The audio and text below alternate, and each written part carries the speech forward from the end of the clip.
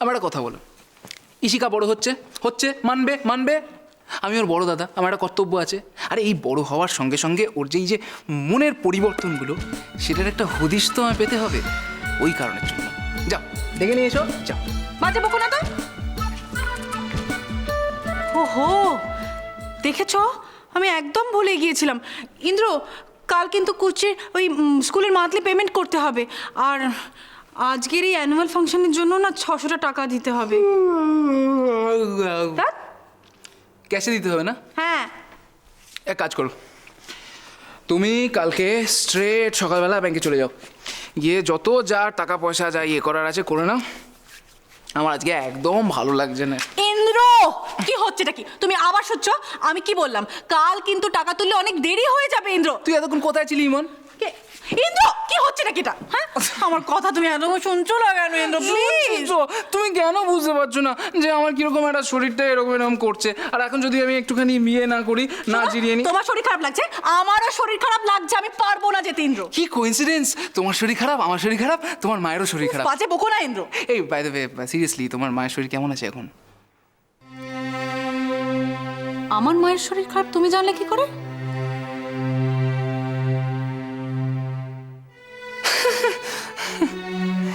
কি ভুলো মন তোমার, সত্যি এই বয়সে? ছি ছি ছি। তুমি আমাকে বললে, তুমি ভুলে গেলে?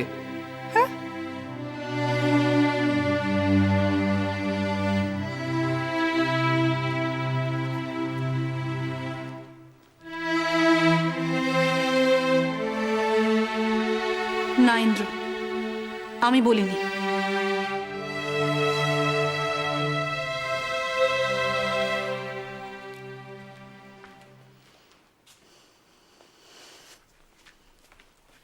ইন্দ্র, হ্যাঁ মানে রজতদা এসেছিল অফিসে।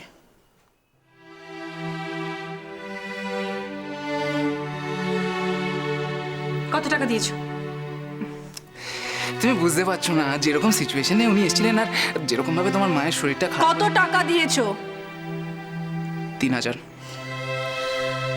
লোভের একটা সীমা থাকে।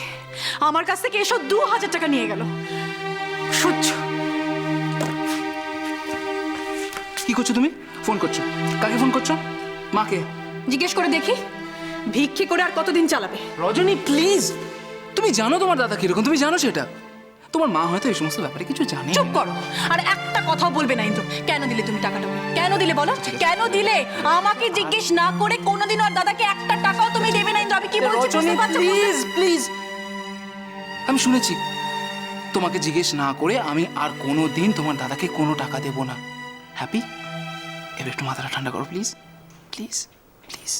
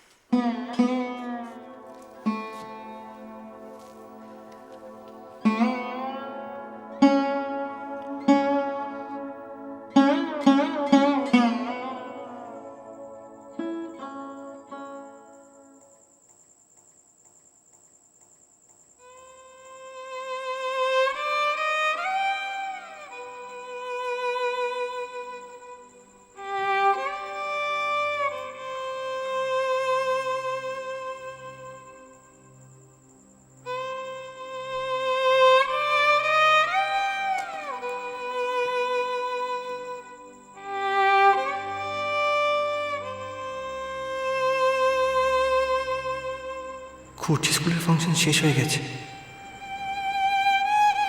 মানে এখন তো আর ললিতার থাকার কোনো প্রশ্নই ওঠে না। সেই জন্যই বোধহয় ভাইটা এত চুপচাপ।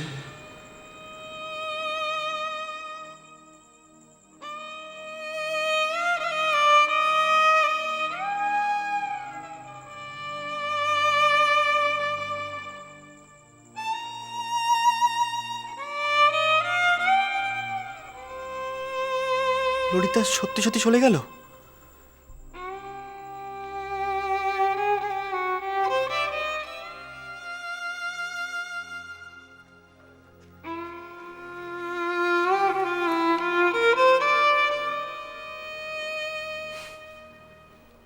সব জেনেও আমি আমি কি করে ভাবলাম ললিতা থেকে যাবে।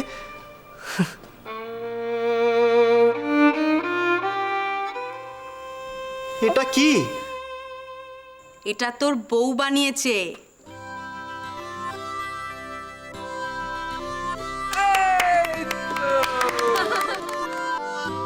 ললিতা, ললিতা ওঠো। শ্শ্, এটা আমাদের ঘর না, দাদু ঠাম্মার ঘর। তাড়াতাড়ি উঠে পড়ো। আমি চলে গেলে তুমি আবার ঘুমিয়ে পড়বে না তো? তোমাকে আমার বিশ্বাস নেই। তুমি চলো তো, ঘরে চলো।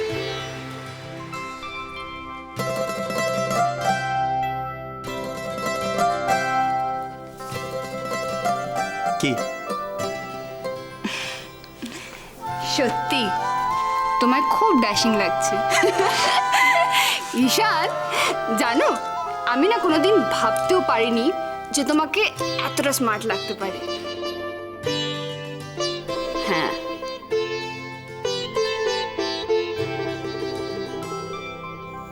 দিব্যি তো লাগাচ্ছ।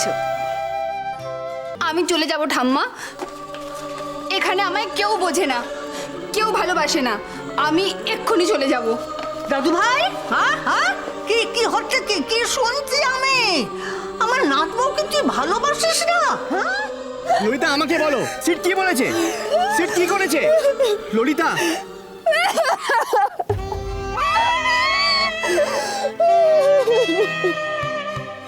খুব তো চলে গেলে। এবার আমি কি করে থাকবো একা একা এই ঘরটাতে?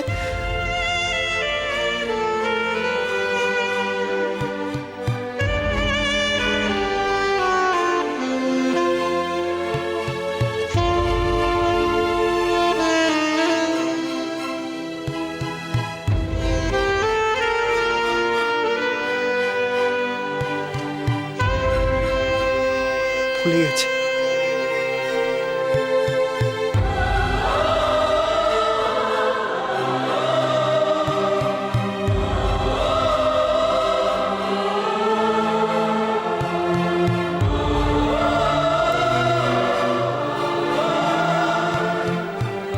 এত কেয়ারলেস না মেয়েটা।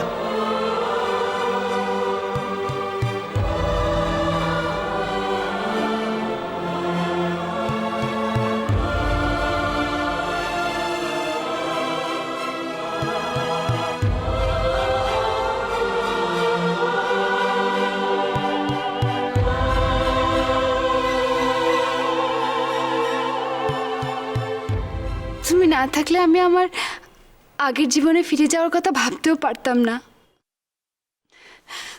থ্যাংক ইউ ঈশান।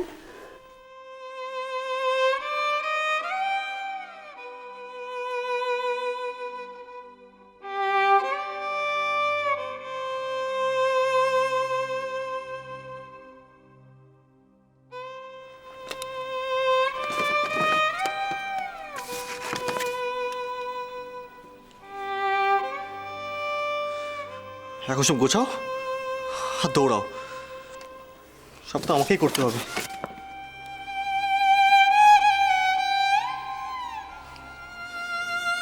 ওনার ইচ্ছে হলো, উনি চলে গেলেন।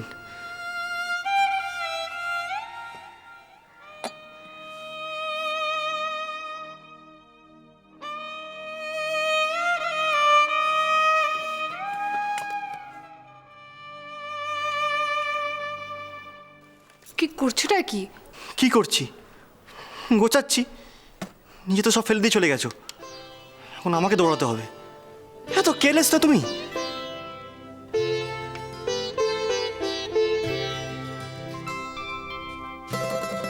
চলে গেছি?